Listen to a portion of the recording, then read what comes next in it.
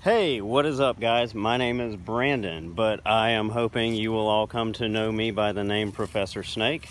I am here on YouTube today, and I'm starting my first video for my channel because I love snakes, and I want to educate everyone about snakes and what wonderful creatures they are. I'm here with my boa constrictor, Lucy, who I'm going to kind of let get some enrichment and some fun time out here in the yard. We are in the beautiful South Georgia sunshine. It is April 2019. She does not want to let go of my arm, which she is coiled tightly around, kind of bending my hand back there, but that's okay. She's not hurting me on purpose. As a matter of fact, that's what I'm here to tell you, is that snakes don't hurt anyone on purpose. Snakes are not evil. Snakes are not mean. They're not vicious. They're beautiful, wonderful animals. They have individual personalities.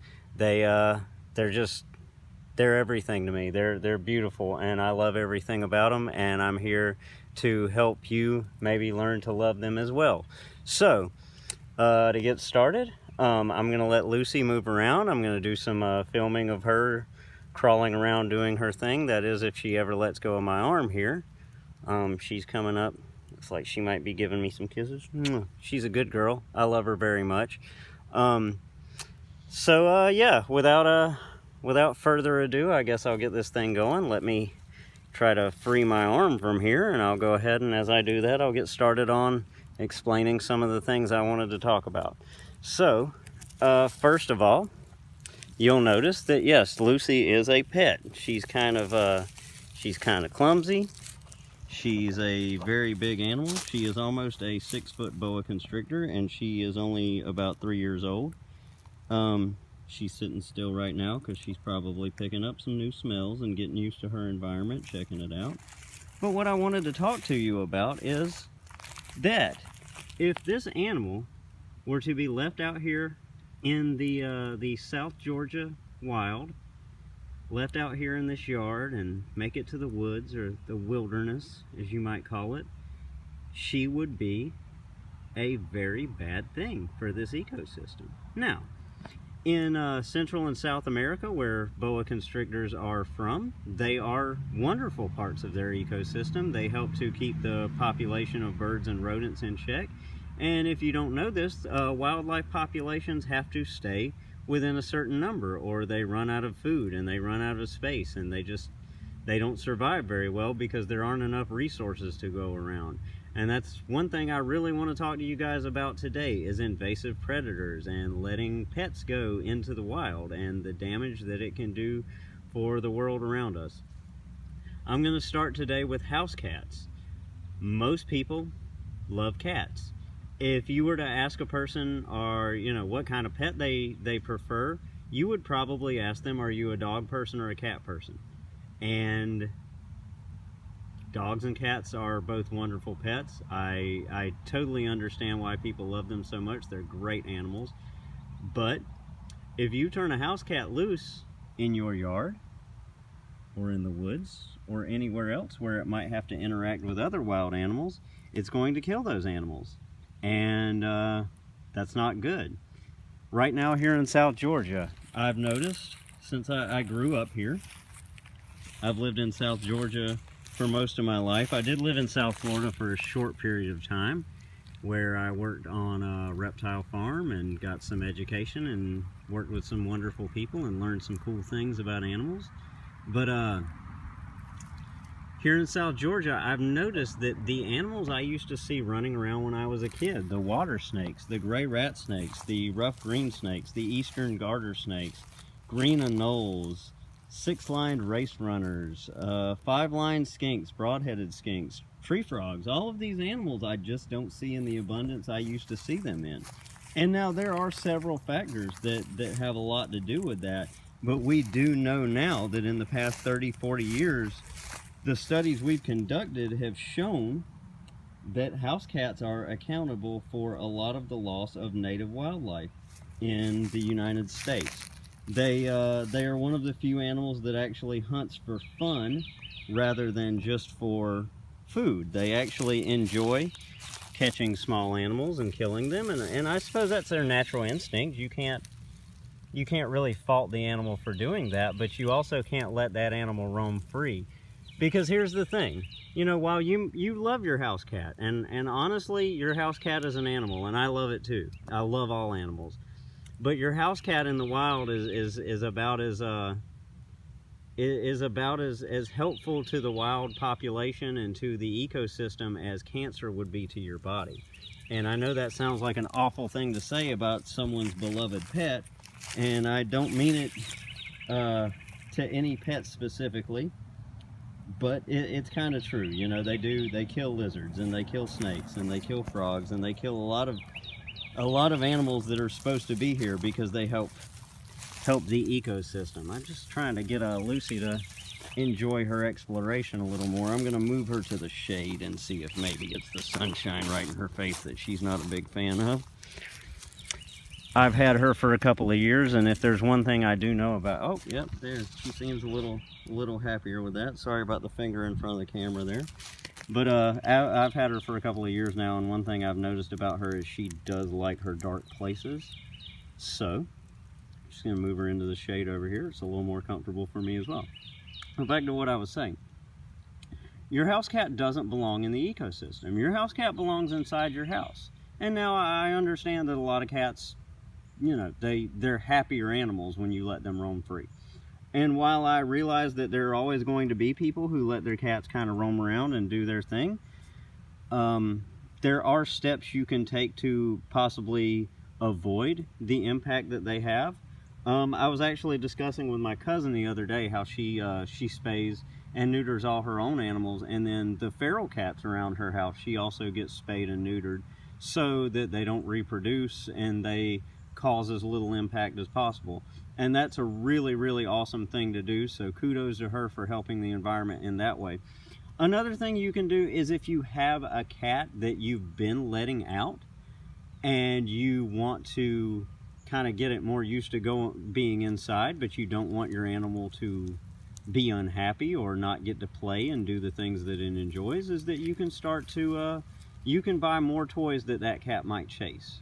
Or if you know anything about cats, you know they'd probably be happy chasing a plastic bag or a stick. You know, you can play with them indoors. You can provide them more enrichment indoors so that they can indulge these instincts without being in the environment being a harm to it. So that's pretty cool. Now, another thing that people don't get about their pets and being in the wild is that it's not just a risk for the environment, it's a risk for your pets as well. I will bring Lucy outside and let her crawl around and move around and get some enrichment, and to be honest, a lot of times she goes to the bathroom outside, and that's a lot more convenient than having to clean it up out of her cage because she's a very large animal and produces a whole lot of waste. But if I were to leave her out here to her own devices, even if she were the type of animal that would come back or that wouldn't leave the yard and I could just come out here and grab her after she's enjoyed some time, she might eat something while she's out here. And your house cats are definitely eating things while they're outside, and the problem with that is that not only are they hurting native wildlife, they are also prone to, native wildlife is going to be prone to carrying parasites. So anything your cat or any pet you have could eat that comes out of your yard or the woods around your yard could be very sick. And it could cause your animal to be very sick as well, so you don't want to do that. One thing with snakes is that when we have baby snakes, a lot of the babies don't like to eat mice right away. They don't start off on rodents in the wild, so they eat small lizards.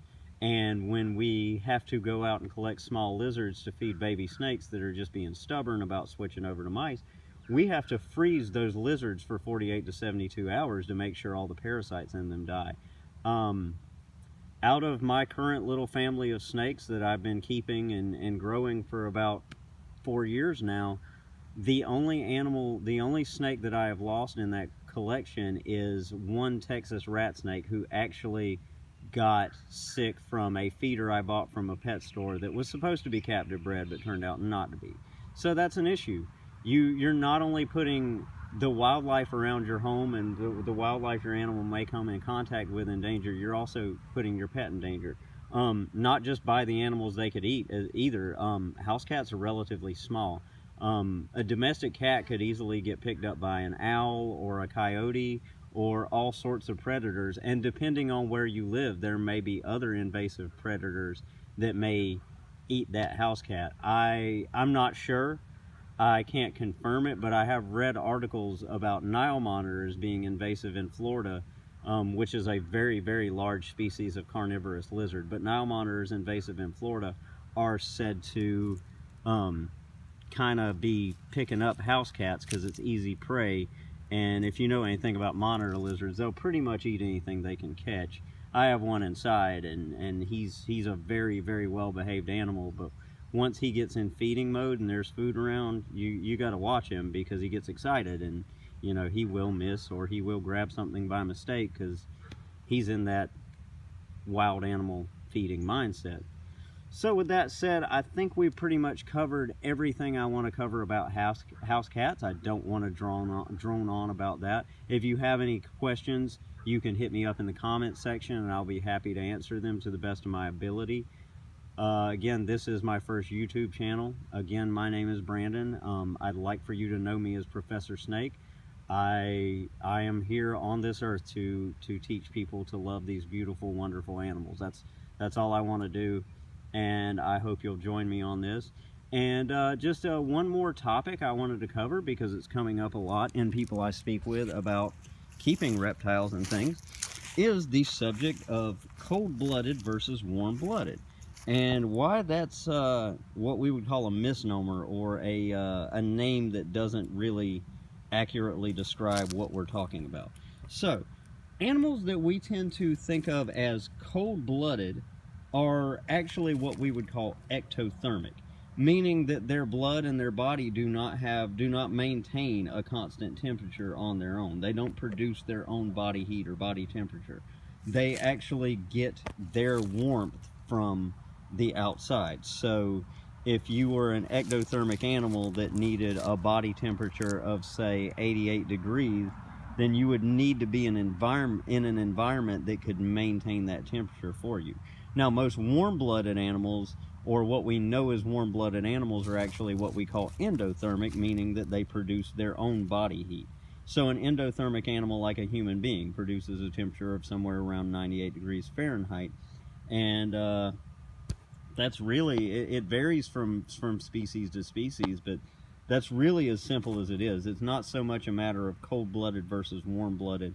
It's a matter of whether or not the animal produces its own body heat. So a warm-blooded animal is kind of warm-blooded. That's kind of an accurate term for a warm-blooded.